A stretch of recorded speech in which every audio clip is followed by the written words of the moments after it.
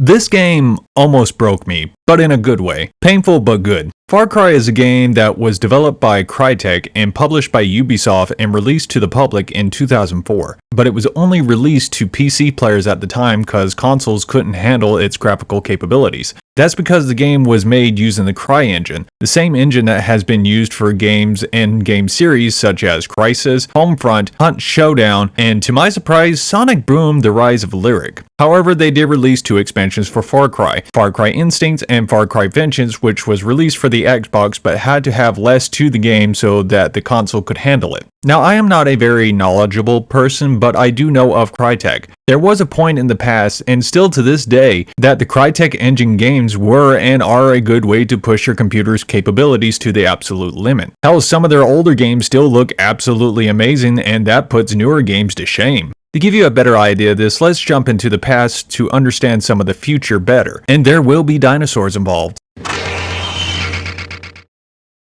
Crytek is a software developer and video game developer company based in Germany, in a town called Frankfurt, pretty sure I just butchered that. Founded in 1999. They would go on to have more areas of operation as time would go on, but I am not going to talk about them all at the moment. Their first project was a tech demo called Exile Dinosaur Island. They would show this tech demo at an E3 event in 1999 and would catch the attention of a company called NVIDIA, who were really impressed by the tech demo that Crytek presented. Crytek would sign on with NVIDIA, and NVIDIA would use Exile as a benchmark for their NVIDIA cards at the time. Now, Crytek's first game was supposed to be a game called Incolus, pretty sure I said that right, which was supposed to be a cyberpunk-themed FPS with role-player elements to it. The game got cancelled. Then at some point, a company by the name of Ubisoft would come up to Crytek and approach them with an idea of turning Exile Dinosaur Island into a AAA game.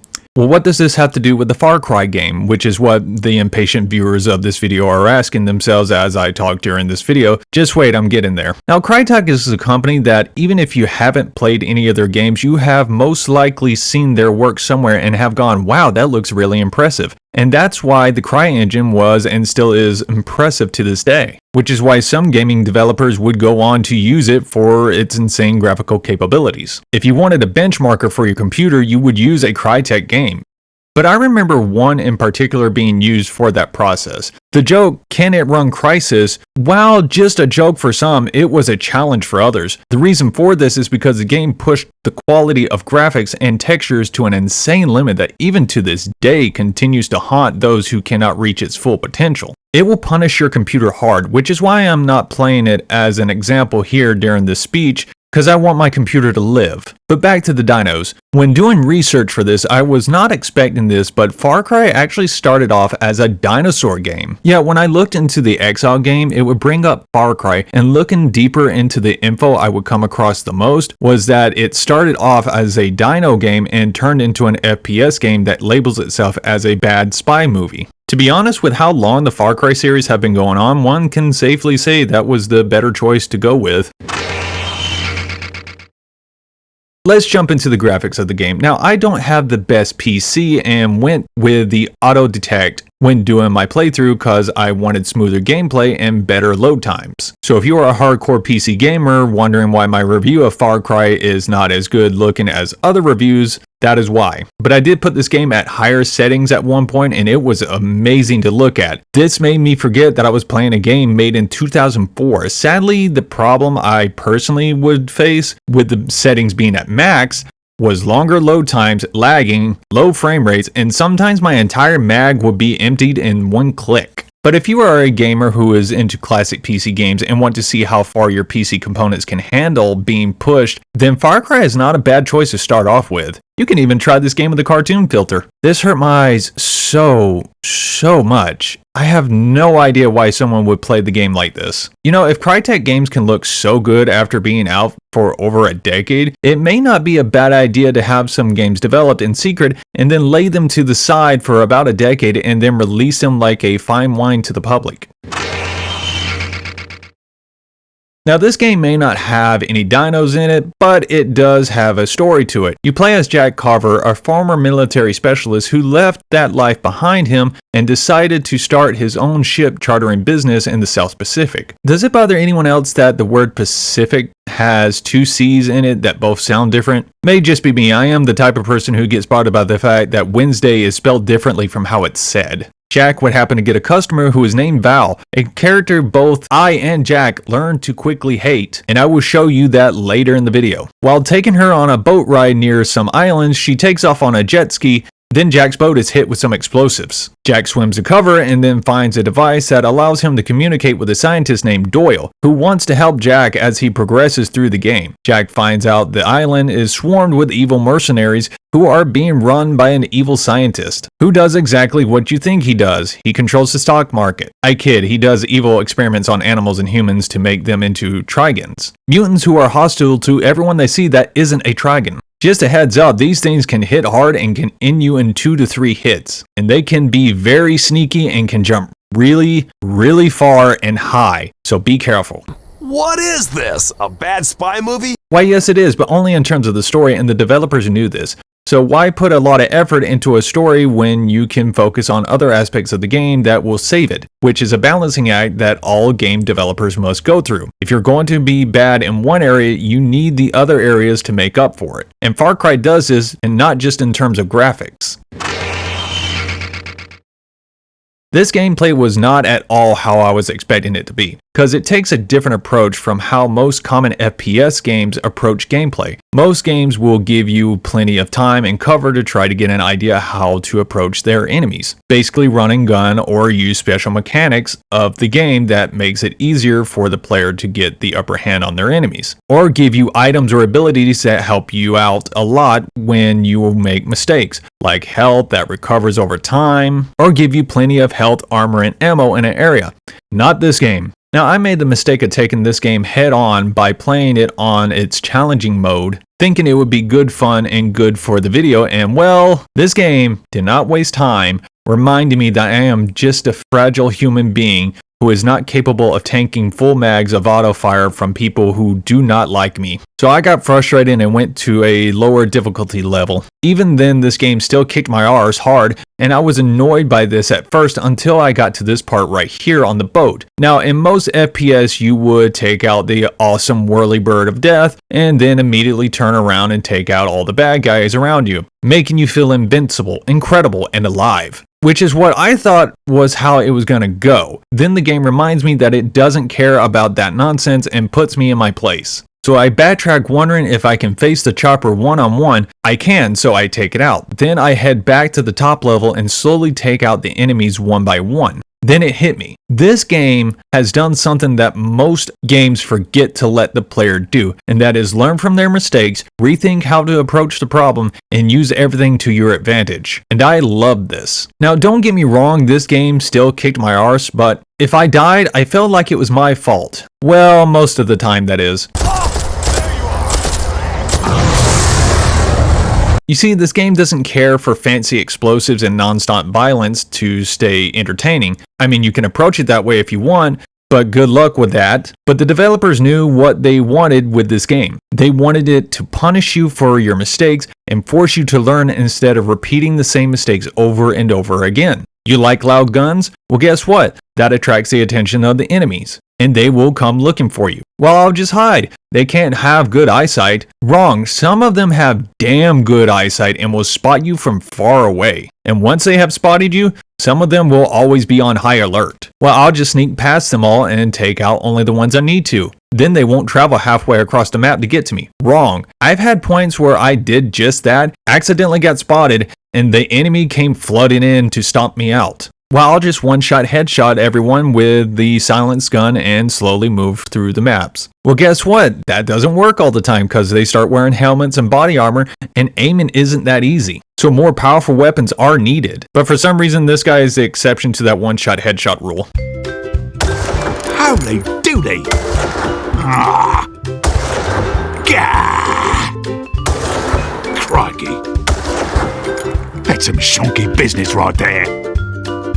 But back to the aiming. Despite Jack having training in the military, he struggles to hold even the lightest of firearms steady. You have to crouch or go prone and then burst fire for better accuracy, or switch to single fire and hope you don't get rushed. I hated this at first, but once I got the handle of it, I quickly loved it. Not only did my aim get better and I picked my shots better, and I was able to conserve my ammo for spots I really needed it. You did get a machete for melee, but it's worthless because it isn't a one-hit weapon, and going in for another swing is enough time for the enemy to let out a warning for the rest of the baddies. This was my main loadout for most of the game. Silenced MP5 for sneaky stealth kills, a rock so I could trick enemies out into the open and take them out, the assault rifle for mid-range combat, and then this abomination for close-range combat. I did use the sniper rifle a good amount, but only in big open areas. I also used the binoculars a lot because it made sneaking around a little easier. But sometimes unexpected things would happen that I wasn't predicting would happen. The patrols I didn't keep a lookout for spotted me because I got tunnel vision,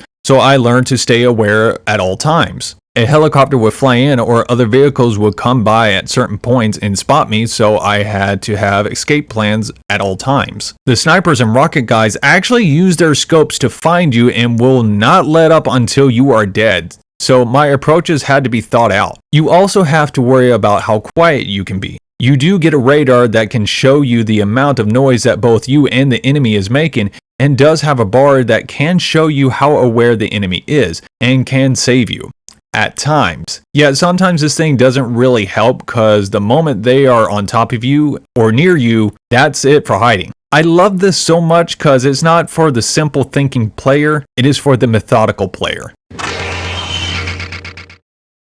Now, the items for Far Cry are pretty much like those with other games, but function a little differently. In some games, the longer you hold the trigger down, the more accurate your gun becomes. Not this game. You hold that trigger down and your bullet spread is going to be wider than your X's. So if you plan on holding that trigger down, you need to be really close to your target in order to get the most use you can out of your bullets. So with any weapon in the game, burst fire and single fire are going to work the best for steady aim, along with combining it with crouching and going prone. You get a jungle falcon starting off, which is okay starting off with, but your enemies will have full auto weapons, so don't expect to be able to outgun them if they start shooting first. If you can pop their skulls before they can get a good aim on you, then go for it. You get a machete, you'll use it once and hate it for the rest of the game and never use it. You get an assault rifle that does really well for most of the game and is one of the most common weapons in the game early on, and will be your main method of self-defense. It would also be the best way to get used to using the burst fire. You do get two better assault rifles down the line, and they both have scopes on them. One has an adjustable scope for mid to long range combat, and also includes a nade launcher that fires at an arch. The other one has a scope that doesn't zoom in and does fire nades that are more accurate and fire in rapid succession. You get the jackhammer shotgun, which is modeled after a real shotgun that doesn't exist, and for good reason. The real gun was a horrible creation that was so bad that they only made 2 of them, and they said, well, to hell with making more of these. However, in games they tried to present it as a master of close range combat, but this gun made me realize that this game may have some wonky RNG, because I've had times where I popped someone with 1 to 2 shots, some of them being fully armored, and then at times I can put 3 to 5 shots in them at the same distance and then they go down. I couldn't find out if this game does have RNG, but at times it will feel like it does, especially when you are getting shot. You get a machine gun, and I never used it simply because this game loved to remind me that volume of fire has nothing over good aim, especially when the enemy can spot you from halfway across the map. There it is. That's just downright mean and cruel. Not to mention that getting close to some of the enemies is a death wish that will come true. You get a sniper rifle that comes in very handy and goes well with the night vision you will get in the game partway through it. Just remember, don't let tunnel vision overcome you. As soon as they know your location, they will send people after you and they will not hesitate to end you on the spot. You get the P90 and it does really well, and I liked it. Sadly, once I found the MP5 with the silencer, I forgot all about it. This is the go-to weapon for the game in terms of being sneaky, cause it is the only one with a silencer on it. Just remember, great for headshots and weaker enemies, but once they start using armor, then the use for this in a gunfight goes down greatly. Not completely, just greatly. You get a scope rocket launcher that, in my opinion, seems to be very slow, but considering the enemy can use them as well, and can have better aim than you, I am not going to complain about it too much. You get nades that seem to take a little too long to go off, but considering the enemy can use them themselves as well and have better aim than you, I am not going to complain about it too much. You get smoke bombs and flashbangs, and yes, you will get those two confused at points in the game. And the flashbangs will proudly show what they are to you without a second thought. Bloody f***ing hell, I flashbanged myself again. Then you get a rock. It does well at distracting enemies and can help you save on ammo by helping you get better chances at headshots. And here are some tips on it. If they see where the rock came from, then the enemy knows your location, and make sure you know where the enemy is going to be coming from, or they will surprise you as they look for the noise that the rock made.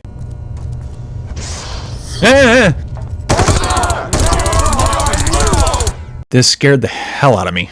Oh, and you can't use any weapons in the water. This is very, very annoying when the enemy spots you, and the swimming itself is very annoying. It's like my character loses a sense of control whenever they jump in the water.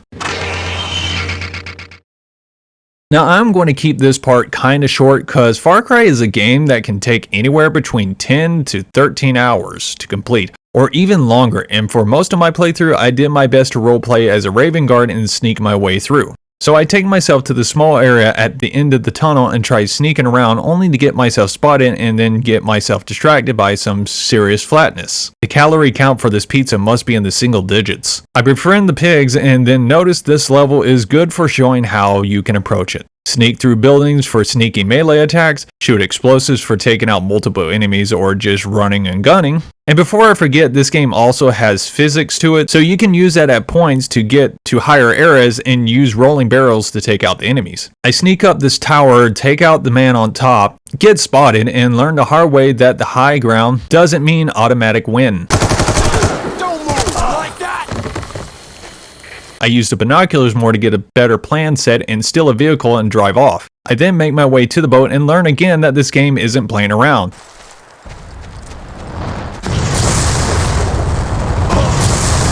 I make my way in and make my way to the top, come across the chopper that reminds me of the frailty of life. You can drive them off when you take out the gunners on the side, so you don't have to take out the chopper itself, except for the one that's a boss fight. I make my way to another level and learn that the game, despite being massive, does have areas it doesn't want me to go into.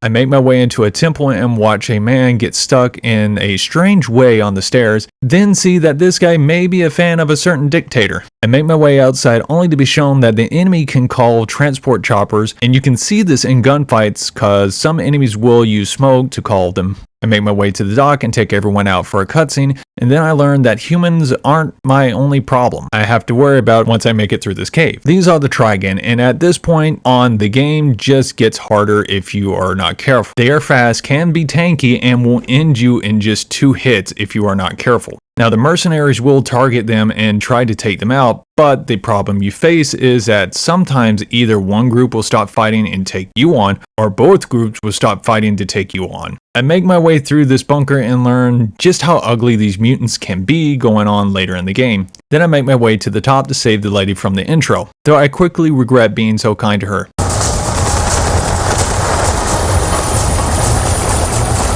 pilot's dead. Jump!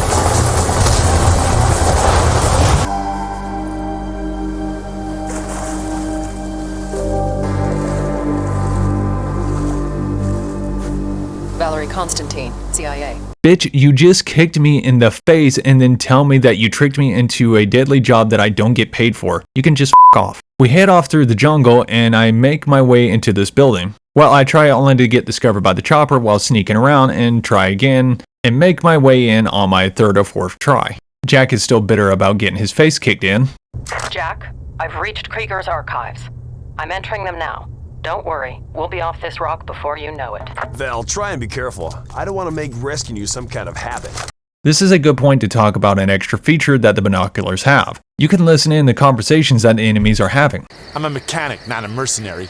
I've never even used a gun. I make my way to this point, take out these guys, and I am reminded that the game has rockets and isn't afraid to use them. I sneak my way to this truck and try to use the mounted weapon by it. It is very awkward to use. Now you can use the truck to jump the ramp over, but I wanted to use the zipline and I can't help but feel that I got some whiplash with the speed that I was just traveling at.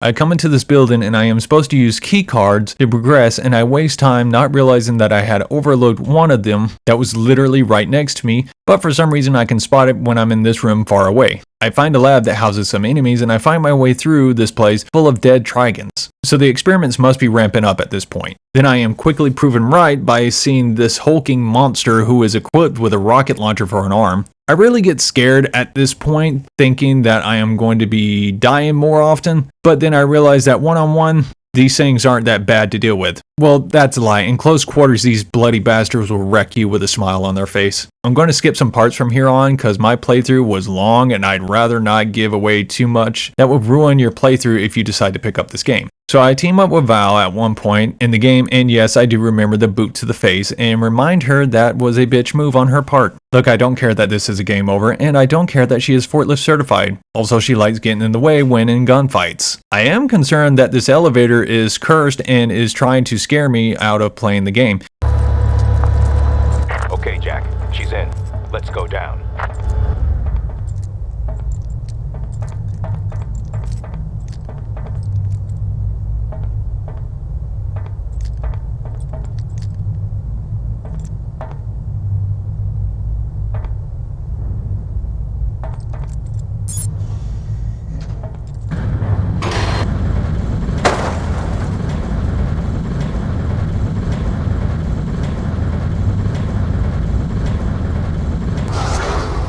We get kidnapped and I am left in the jungle alone, and luckily the main baddie was nice enough to leave me a gun with 10 rounds? So I like coming to this part of the map because it is a nice spot with a nice view away from all the stressful fighting. Now this is a boss fight that is a little annoying because the enemy has good aim and you have little cover to work with, and the boss likes to throw nades around to try to drive you out of cover. But this isn't the hardest boss fight in the game. This part right here is the part of the game that made me literally pull my hair out and yell at my screen in pure frustration. You see, there are some baddies here in full armor and I am already low on health. There are no health packs around, so I try sneak attacking and learn that they have two guys with rocket launchers. So I go for long range shots. Instead, I am reminded that the enemy, even though they cannot see you, they can tell when you are aiming at them from any distance because the rocket guys hide for cover. I spent so long doing this that I said f it and decided to brute force my way through, and here is a montage of what all had happened.